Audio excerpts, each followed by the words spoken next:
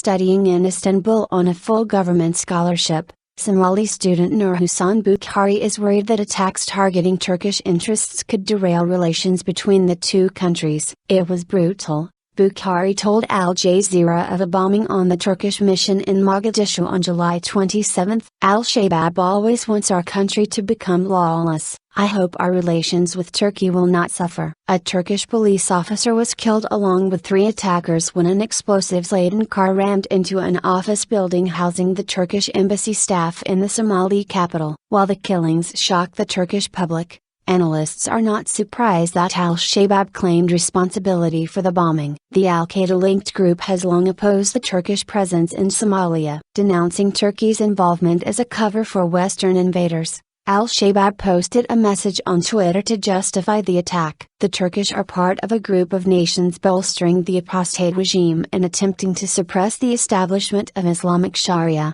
it read. Al-Shabaab was forced out of Mogadishu by Somali and African Union forces 2 years ago. In August 2011, Turkish Prime Minister Recep Tayyip Erdogan traveled to Somalia, making him the first non-African leader to visit Somalia in the past 2 decades. Erdogan brought a plane full of ministers and consultants with him, during one of the worst famines to hit the Horn of Africa in 60 years. Since then, Turkey has launched a major diplomatic, economic and humanitarian effort in Somalia. Soft power. Turkey gave more than $1 billion in humanitarian aid in 2012, the Global Humanitarian Assistance 2013 report says, making it the 4th largest donor in the world. In 2011, Somalia was the largest recipient. According to the Turkish Prime Minister's Office of Public Diplomacy, Turkey sent $365 million in cash and in-kind aid to the country last year. There are hundreds of Turkish relief workers in Mogadishu. Among 20 Turkish aid agencies operating in Somalia,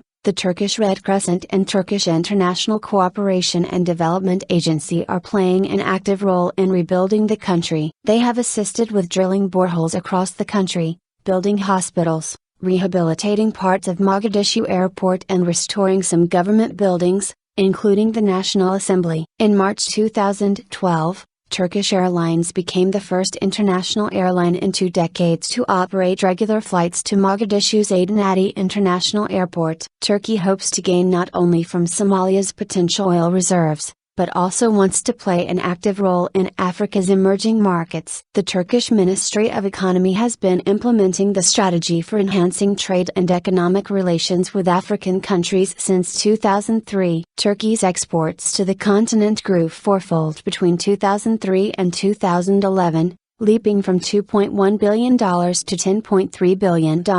The number of Turkish embassies in Africa increased from 12 in 2009 to 34 in 2013. The Turkish parliament approved an agreement last November to train Somali security forces. This policy, according to Abdullah Bozkurt, Ankara bureau chief for the newspaper Today's Ayman, was the motive behind the Al-Shabaab attack on the Turkish mission. The security dimension is a direct challenge to Al-Shabaab and Al-Qaeda-affiliated groups because Turkey, a country that has been fighting with terror groups for years, can make a difference in training Somali forces on how to address the terror issue, Bozkurt told Al Jazeera. "I believe the aim of the attack is to deter Turkey from engaging further in rebuilding Somalian security forces including intelligence service, a kind of warning to the Turkish government to stay away from Somalia." Security forces knew an attack would be possible, diplomats said. "There was a threat to Turkish institutions, that's why the sandbags were placed to the outer walls of buildings. We warned the Somali police,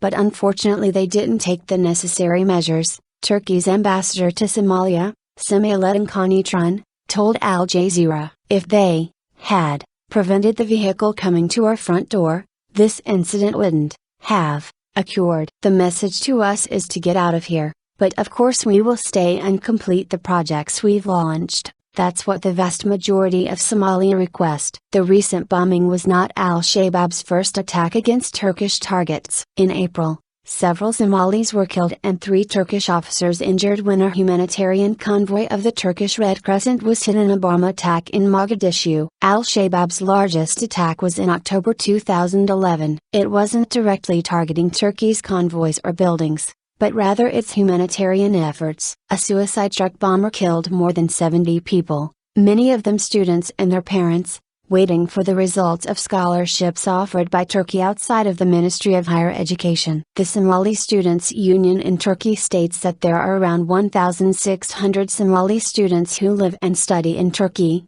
and 99% of these students receive scholarships. But it is rare for Somali students to complete their studies in Turkey. Many have other plans, like Nur Bukhari. I am planning to return home soon to serve my people and my country with what I had studied so far, Bukhari said. My country needs educated people who can turn this bad situation into a good one.